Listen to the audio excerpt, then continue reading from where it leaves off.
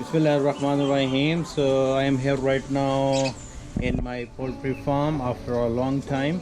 I'm having my new vlog particularly just to give you the updates that this poultry farm was started in 7-8 months back, and then gradually with the passage of time we had invested, we had bought it some different kinds of breeds for chickens itself. We had it Aestralorp, we had it Rhode Island, Sasso Brown, and some standard native chickens.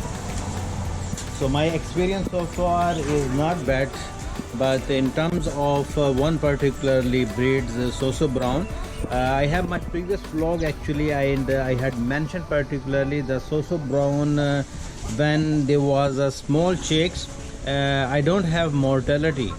When they reached to 3-4 months, they started dying. So I don't know what was the consequences behind that one, but gradually they start dying, and I would like to say like 80% mortality rate with the passage of time I had discovered.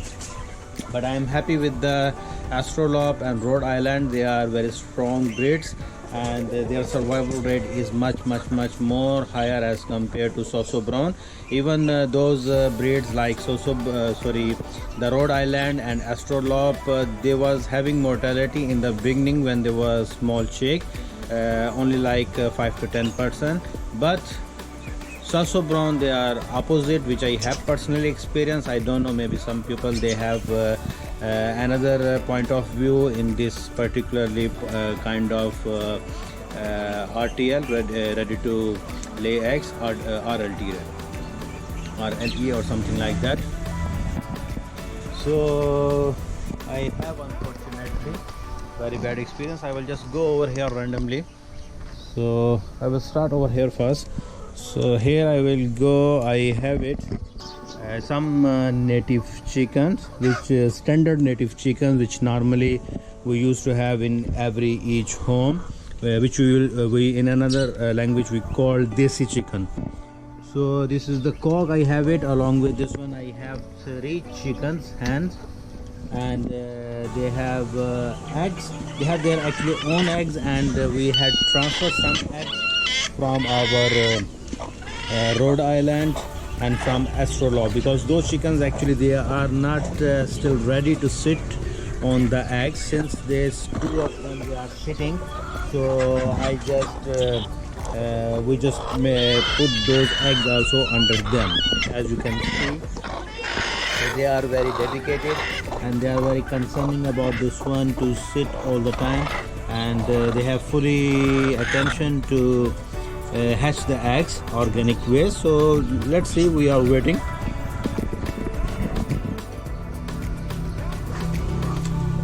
Then so here we have it actually more into Aestralorps, as you can see.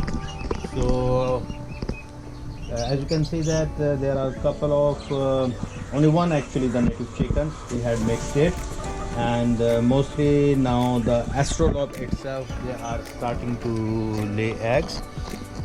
In that they have 2 roosters in Aestralorp breeds, but actually I believe that they are also crossed earlier. They are not a pure Aestralorp itself, but these black chickens they are all Aestralorp original breeds.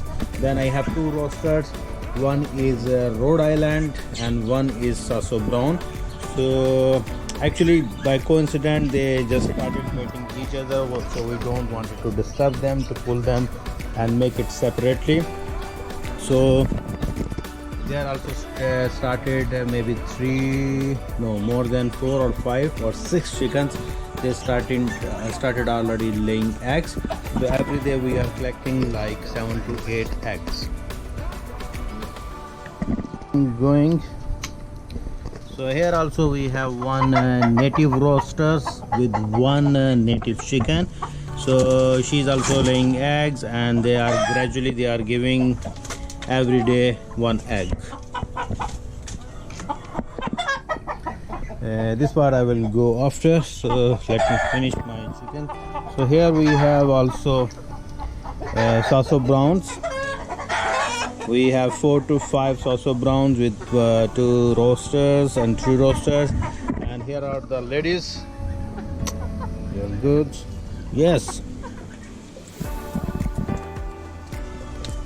So they are all Rhode Island. So they are very good with 1 roasters, Rhode Island as well. So they are also starting laying eggs as well.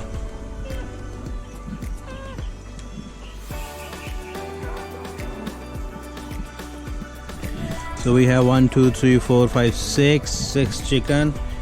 So with 1 roaster, I feel jealous because they have 6 wives.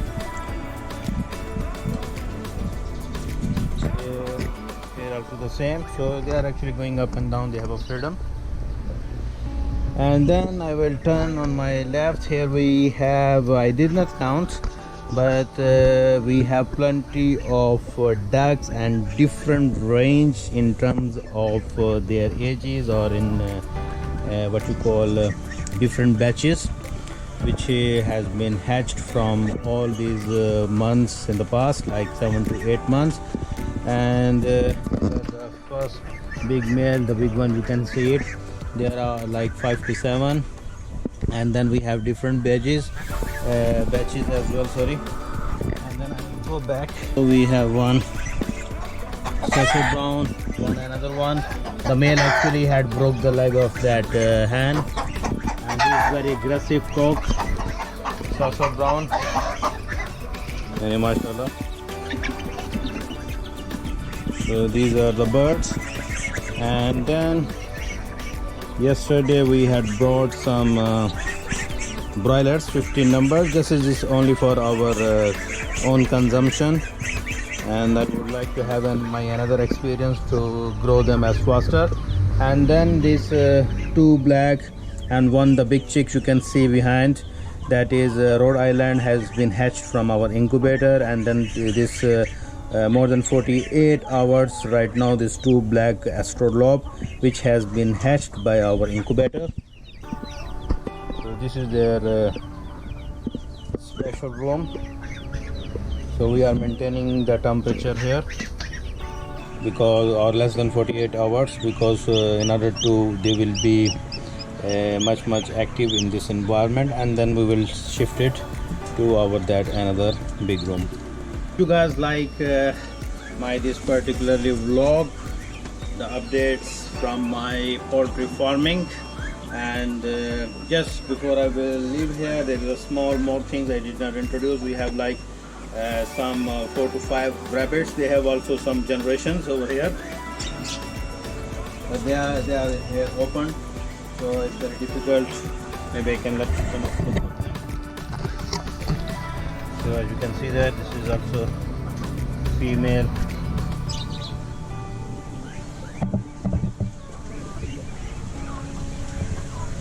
And I have this guinea pig just behind in the deep.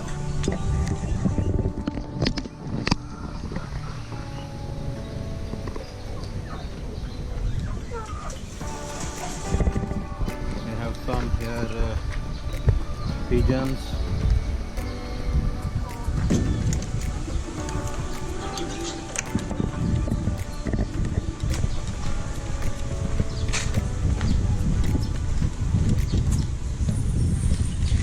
Yes. It's okay, it's okay. He has also, our dog, he has some puppies. Here we have goose.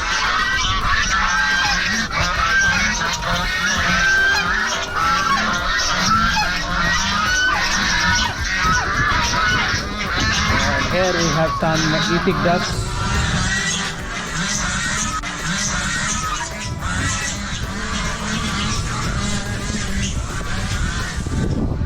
Have some pigeons varieties over here, and I have seen, yes, this is the one baby inside.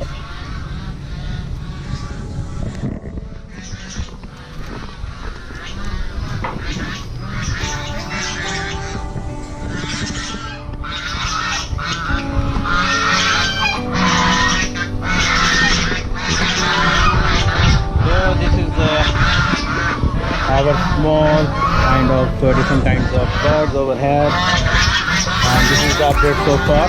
So this is the method. So this is the main poultry shed, surrounded by these coconut trees, as you can see. So during the daytime when the sun is bright, so we have a full shadow, so it's not much getting into temperature.